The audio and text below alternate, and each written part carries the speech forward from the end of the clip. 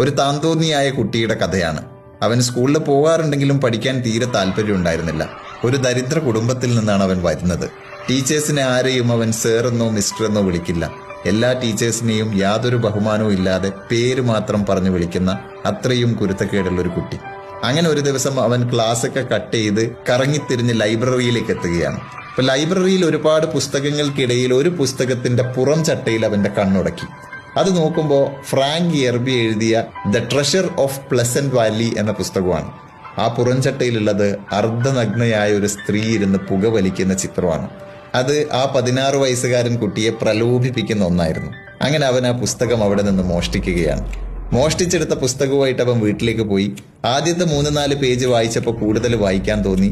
അങ്ങനെ ആ പുസ്തകം മുഴുവനായിട്ട് അവൻ വായിച്ച് തീർക്കുകയാണ്. കുറച്ച് ദിവസങ്ങൾക്ക് ശേഷം വായിച്ചു കഴിഞ്ഞ ആ പുസ്തകം ആരും കാണാതെ തിരിച്ചു കൊണ്ടുവെക്കാൻ വേണ്ടിയിട്ട് ലൈബ്രറിയിൽ എത്തിയപ്പോൾ ആ പുസ്തകം ഇരുന്നതിന്റെ തൊട്ടടുത്തായിട്ട് ഇതേ ഓതറുടെ മറ്റൊരു പുസ്തകം. ഈ പുസ്തകം അവിടെ വെച്ച് അവൻ 2ാമത്തെ പുസ്തകം എടുത്ത് വീട്ടിലേക്ക് പോയി. അടുത്ത ഏതാനും ദിവസങ്ങൾ കൊണ്ട് അവൻ ആ പുസ്തകവും മുഴുവനായിട്ട് വായിച്ചു തീർത്തു. അത് തിരിച്ചു കൊണ്ടുവെക്കാൻ ചെന്നപ്പോൾ അവിടെ അതേ ഓതറുടെ മറ്റൊരു പുസ്തകം വീണ്ടും.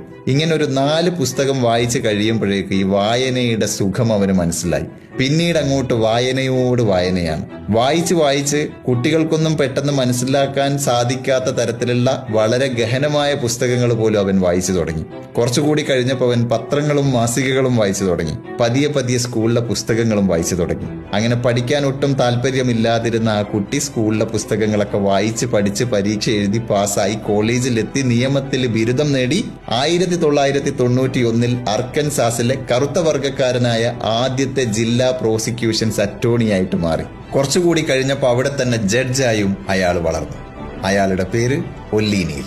ഒരുപക്ഷെ ഈ കഥ നിങ്ങൾ കേട്ടിട്ടുണ്ടാവും. ഈ കഥയില് നമ്മുടെ ഒല്ലി നീലിന് വായനയോട് തോന്നിയ ഒരു ഭ്രമമുണ്ടല്ലോ, വീണ്ടും വായിക്കാൻ തോന്നിക്കൊണ്ടേയിരിക്കുന്ന ആ ഒരു മാനസികാവസ്ഥ. അത് തന്നെയല്ലേ യഥാർത്ഥത്തിൽ ലഹരി. ലഹരിയുടെ ഡെഫിനിഷൻ എടുത്ത് നോക്കണം. എന്തൊന്നാണോ നമ്മുടെ തലച്ചോറിനെ ഉത്തേജിപ്പിക്കുന്നത്, വീണ്ടും കാണാനും ഉപയോഗിക്കാനും തോന്നിക്കൊണ്ടേയിരിക്കുന്നത്, അതൊക്കെയും ലഹരിയാണ്.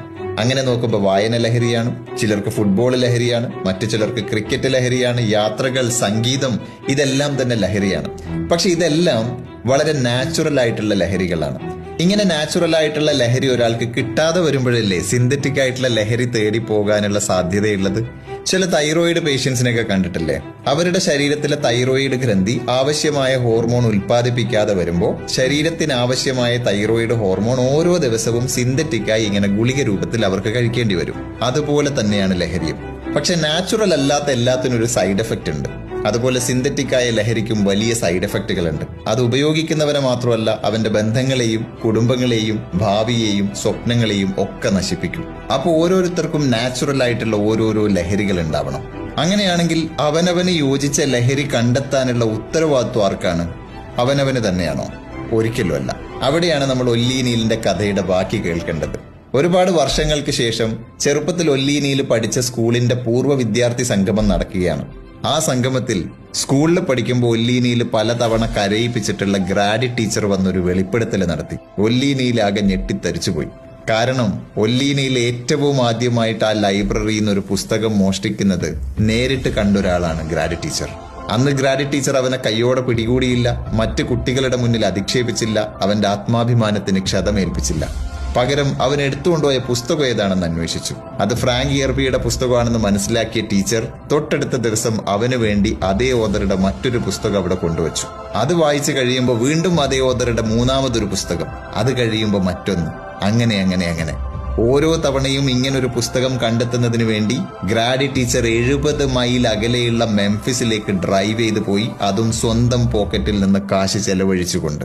യഥാർത്ഥത്തിൽ ആ ടീച്ചറാണ് ഒന്നിനു പുറകെ ഒന്നായിട്ട് ഇങ്ങനെ പുസ്തകങ്ങൾ കൊടുത്ത് വായന എന്ന ലഹരിയുടെ അടിമയാക്കി ഒല്ലി നീലിനെ മാറ്റിക്കളഞ്ഞത്. നമ്മുടെ മക്കൾക്കും ആവശ്യമുണ്ട് ഇതുപോലൊരു ഗ്രാഡി ടീച്ചറിന്. നമ്മളായിരിക്കണം നമ്മുടെ കുട്ടികളുടെ ഗ്രാഡി ടീച്ചർ.